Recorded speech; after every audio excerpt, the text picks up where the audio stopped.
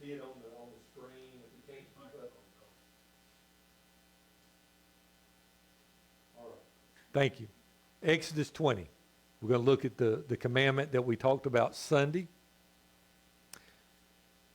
Tonight, I'm going to go through some scripture. I'm going to give you 3 points. We're going to do it really quick. And we're going to talk about some things to do with thou shalt not steal. So what is it? Verse 15, chapter 20, verse 15. Thou shalt not steal. We talked about that Sunday. And that's as with all of the commandments, that's just really deep. It just really, really is deep. But I want to talk about three things that we shouldn't be stealing. Okay? So y'all just stay right there. I'm going to go to Deuteronomy chapter 24, verses 14 and 15. It says, don't take advantage of a hired person who is poor and needy, whether he's your fellow citizen or a foreigner who lives in your city. Pay his wages that same day before the sun sets, because he is poor and his livelihood depends on it. Otherwise, he may cry out to the Lord against you, and you will incur guilt.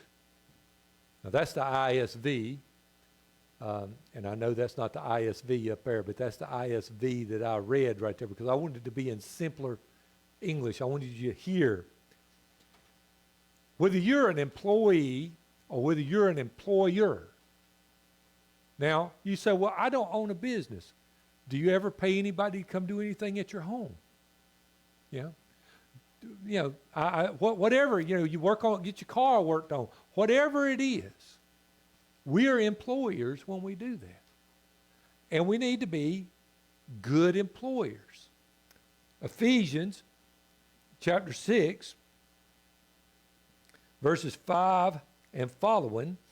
I'm going to read this one also out of the ISV, and I'll come back and read it out of the King James in a minute maybe. Slaves, obey your earthly masters with fear, trembling, and sincerity, as when you obey the Messiah, as you would obey Christ. Do not do this only while you're being watched. Isn't that when we work good? Boy, we can go hard when we're being watched, right? Boy, when the cat's away, what do the mice do? They play, don't they? They sure do. Not just when you're being watched in order to please them, but be like slaves of the Messiah. See, he sees everything. Who are determined to obey God's will. Serve willingly, as if you were serving the Lord and not merely people, because you know that everyone will receive a reward from the Lord for whatsoever good he has done, whether he is slave or free. Masters, treat your slaves the same way. Do not threaten them, for you know that both of you have the same master in heaven, and there's no favoritism with him. So whether you are the employer or whether you're the employee, we need to treat people fairly. If my employer is giving me money for my time, I need to serve him with my time fairly. I don't say, well, he ain't paying me enough to work this hard. I'm going to sit down a while. No, you agreed to work for a set amount. If you don't like that set amount, as my daddy told me one time. No, my daddy told me this more than one time. If you don't like the way your boss man runs the company, find another place to work or start your own company. Now, that's the way he put it to me. And so we're to work like we're working for Christ when we work.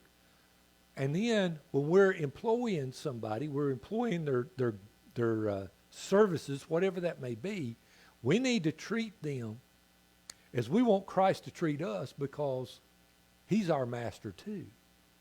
You understand? And so we don't want to steal from people, whether it's time or whether we try to cheat somebody.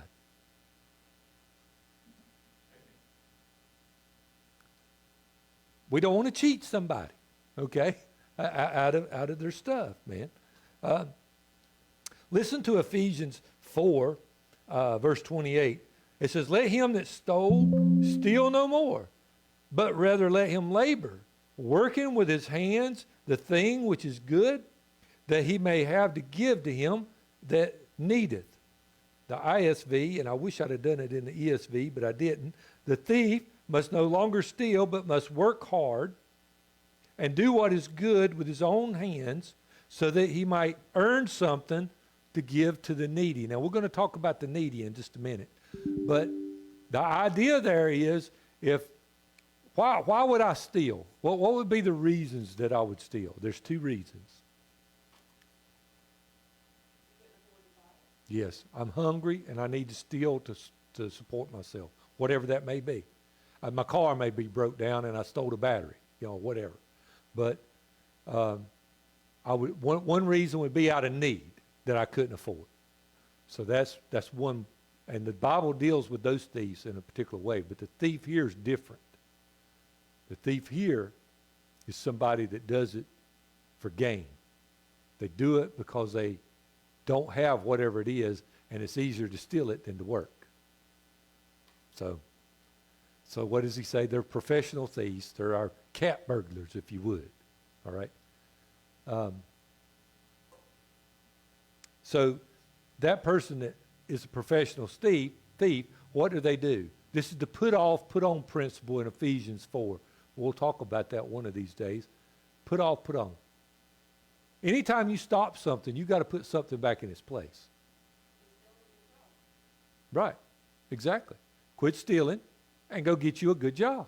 And then not only that, I get a job, and now I'm going to give to people that don't have a portion of what I got. And that's going to make me respect more people's stuff. You know what I'm saying? And because it's not easy come, easy go. I was thinking about this cat today. Well, we was in Italy. We was over there in Venice. And we're walking down the street. Now, I'm going to tell you, you might rob me, okay? But you're going to have to do it with a gun, all right? I mean, I'm just going to tell you. So I got my billfold over here in my pocket. And it's one of them chain biker drive wallets, and it's around my belt, and it's around my fanny pack. So you might get it. I doubt it. Then my fanny pack is through my belt loops, snapped back here in the back. I got my fanny pack here with all my stuff, and it's zipped up. Me and Anita, we're in love. We're in Venice, city of love, man. And we're strolling down through. Now, hear fast-moving footsteps behind me. And they told us, be careful with the pickpockets, And there's a whole bunch of people down there. I mean, we're just strolling with all the other people that's in love because they're in Venice, And so we're walking down through there, and this boy comes by us, and he's eating a gelato. And he's got a bag in his hand. He's got a pair of tennis shoes on. And everybody he comes by, he's looking like this right here. He's checking out everything they got. And he's walking faster than everybody else. That long-legged youngin' was looking for something he could snatch and be gone. He was going to drop that bag, and whatever it was, he was going to be gone with. I was thinking about him today. I thought, I ain't fast enough to catch him no more. There's a time I could have caught him. But I couldn't catch him now. He'd be gone. I'd be 5 steps behind him before I even thought about running. But he's a professional thief. That's my point. He was a professional thief. And there's people that's that. And these people need to get a job. Okay? Leviticus 19, verses 11, 12 says, Thou shalt not steal, you shall not deal falsely, you shall not lie one to another, you shall not swear by my name falsely, and so profane the name of the Lord thy God. Okay? So we have this idea. I hope I got enough stuff here to deal with here. There we go. Yeah. You have this idea of stealing people's time or not paying somebody what they need to be paid. And I mean, I got all these verses, all these different places, and that's just a few of them that we could talk about. I do want to give you this one right here real quick. Micah said this. He said, the voice of Jehovah crieth into the city, and the man of wisdom will see thy name, and hear ye the rod, and who hath appointed it. Are there yet treasures of wickedness in the house of the wicked, and the scant measure of and the abominable? And the verse I'm looking for, shall I be pure with wicked balances, and the bag of deceitful weights? Now that's Micah the prophet, chapter 6, verses 9 through 11. Leviticus 19:36, what was just at, just balances, just weights, a just ephah, that's the a measurement of grain, a just hin, that would be a measurement of oil, shall you have. I'm the Lord your God, which brought you out of the land of Egypt. In Deuteronomy 25:13, thou shalt not have in thy bag divers weights, great or small. Proverbs, oh my goodness, Proverbs 16:11, a just weight and a just balance are the Lord's. All the weights of the bag are his work. Proverbs 20 verse 10, divers weights and divers measures, both of them are like an abomination to the Lord. And as this goes on and goes on, you do understand about the weights, don't you? I mean, we don't do this anymore. Now, most of y'all sitting here are old enough, maybe Abigail don't remember this, but most of y'all remember going in and they have the scale there and they put the weight and then put the meat over here and it brings it back up, you know, or you're getting seed or whatever it is, and you remember them? Daryl, you remember them? Yeah? Yeah? All right, so that's what it's talking about. You got a weight that it's not right. So, you know, it weighs more than it's supposed to. And so they're not getting as much for their money, you know. So anyway, we need to deal honestly with people. That's the point. Don't steal from people. Don't be a shyster. How's that? Second, this is the one I'm wanting to talk about. We need to deal fairly with our leisure time. Do you know you need to have leisure time? Do you know that? We talked about that a few weeks ago. Do you know that you should have leisure time? Boy, we cheat on leisure time more than anything else. I see your Mickey Mouse shirt. I'm going to Disney World for vacation. No, you're not. You're going to Disney World to be crazy. Because, oh, that's good. Well, yeah, but I'm saying no. Disney World is not a vacation. It's stand in line. It's 100 degrees. It's shoulder to shoulder. It's go from daylight to dark, daylight to dark. You fight the traffic all the way down there, or you get on a plane and fight the traffic at the plane. I mean, it's just, and then you come back and what is it? What do you say? Yeah, but what? I need a vacation for my vacation. See, we don't really take leisure time. Okay? Job, and I read this in a book, and so I went and stole this. This is the BBE.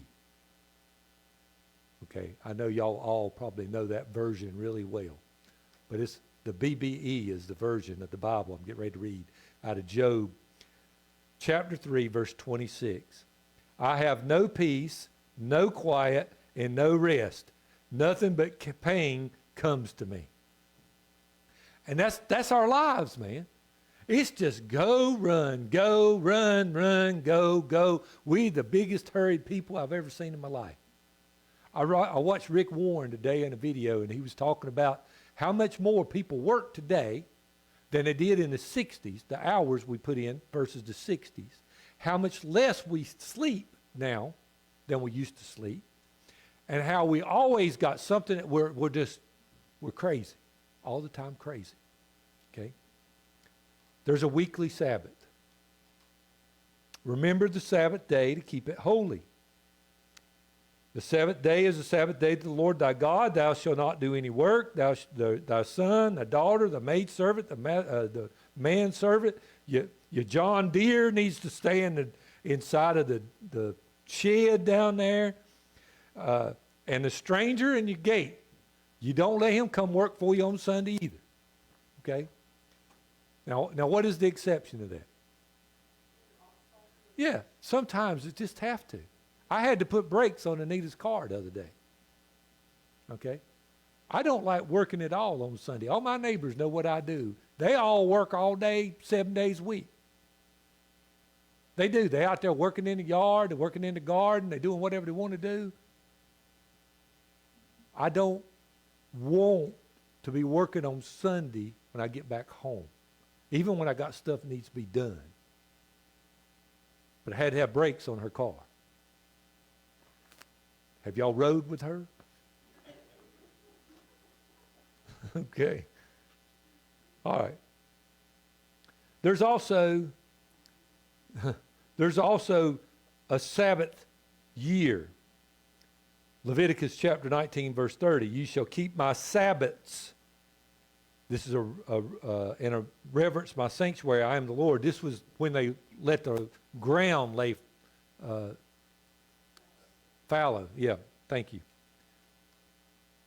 Once a year, they had a week off.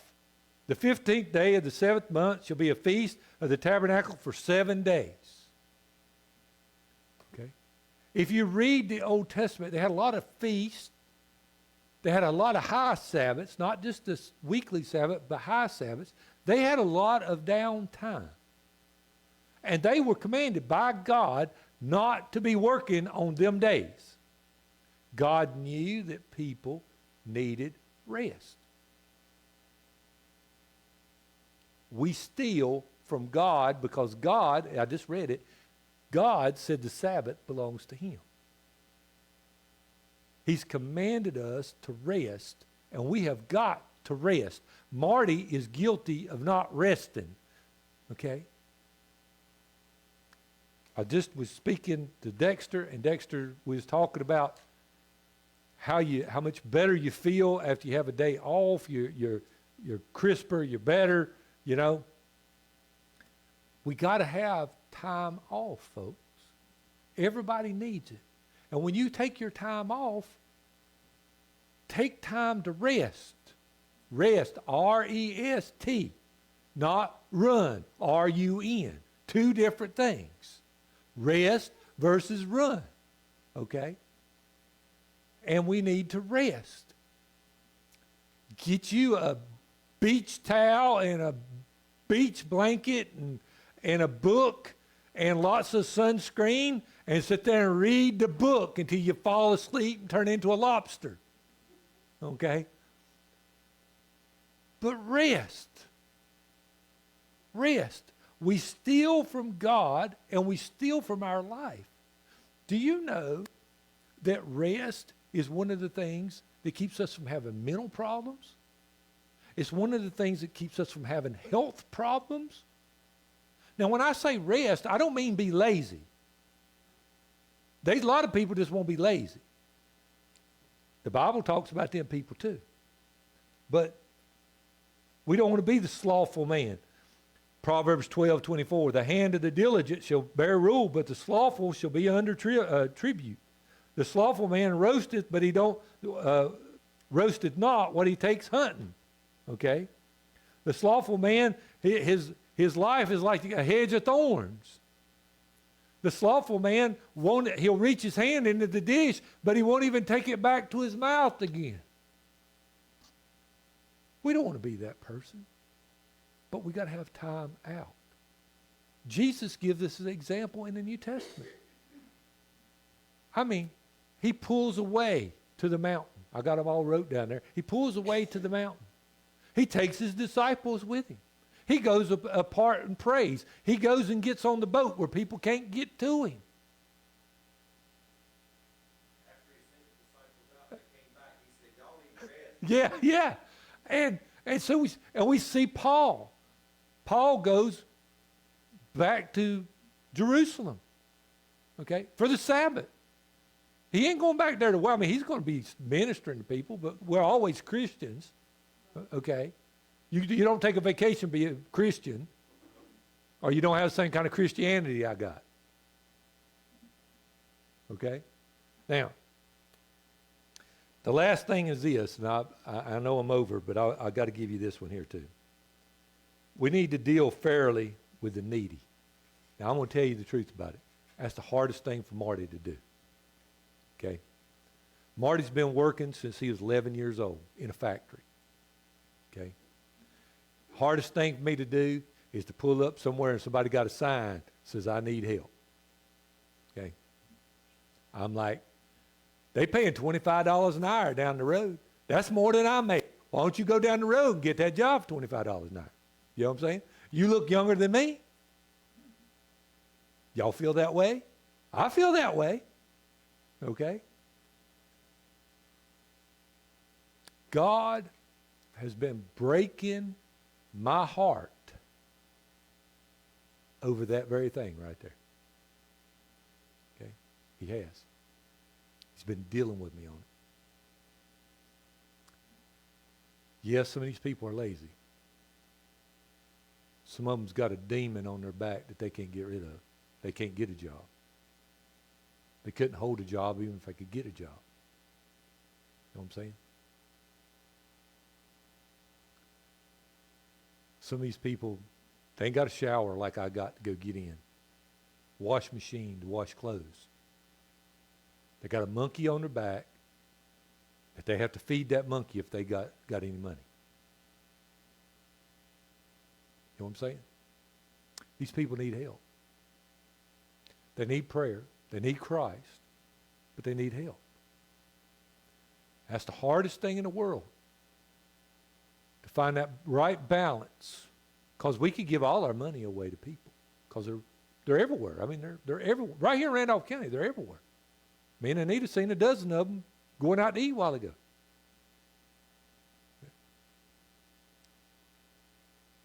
Listen to what the Bible says. Leviticus 19:9. When you reap the harvest of your land, you shall not reap your field right up to its edge, neither shall you gather the gleanings of your harvest. You shall not strip the vineyard bare, neither shall you gather all the fallen grapes of your vineyard. You shall leave them for the poor and for the sojourner. I'm the Lord your God. One more example. Deuteronomy 24:19, about the same thing. When you reap the harvest in your field and forget a sheath in the field, don't go back and get it. It is for the sojourner, the fatherless, the widow. The Lord your God may bless you in all the work of your hands. When you beat your olive trees, you shall not go over again. It shall be for the sojourner, the fatherless, the widow.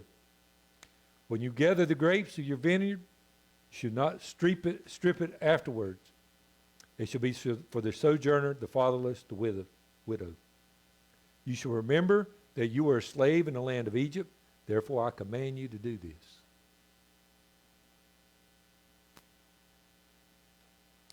We ought to take a portion. Listen to what I got to say. We ought to take a portion of what we make a month. And you ought to put it back.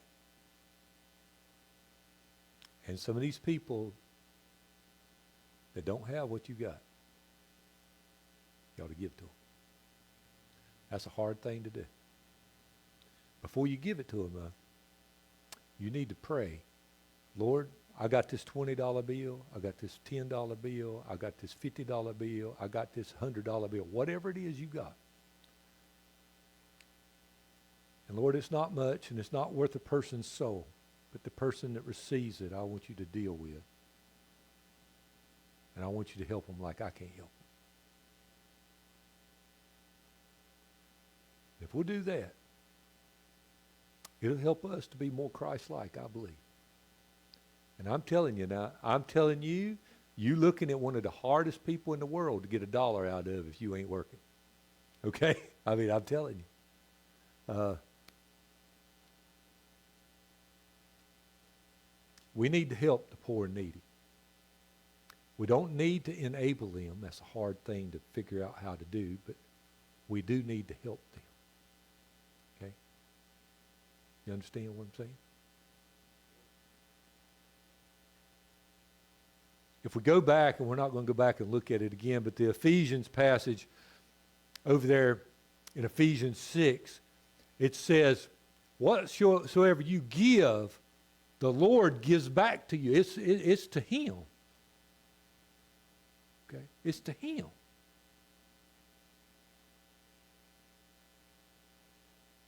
I got more money than I ought to have in my pocket right now. Let's put it that way. But it's not mine. It belongs to God. I was able to get out of the bed this morning. God put breath in my lungs as we sing that song, so I could get out of bed this morning. Everything in this world belongs to Him. Everything you have, everything you are, whatever it is. And these people have a soul. And they have needs too. They do. And somehow or another, we need to figure out how to meet those needs. We need to figure out how to meet those needs. And that's hard, I'm telling you. I'm telling you. I'm telling you. That one right there can tell you how hard Marty is on that stuff. But I've been trying to do better. Been trying to do better. Been trying to have compassion in my heart for the people that were created in God's image to have a need. Let's don't rob. Let's don't steal. Let's don't steal those blessings that we could actually get from serving God in the way He calls us to serve Him. Let's pray.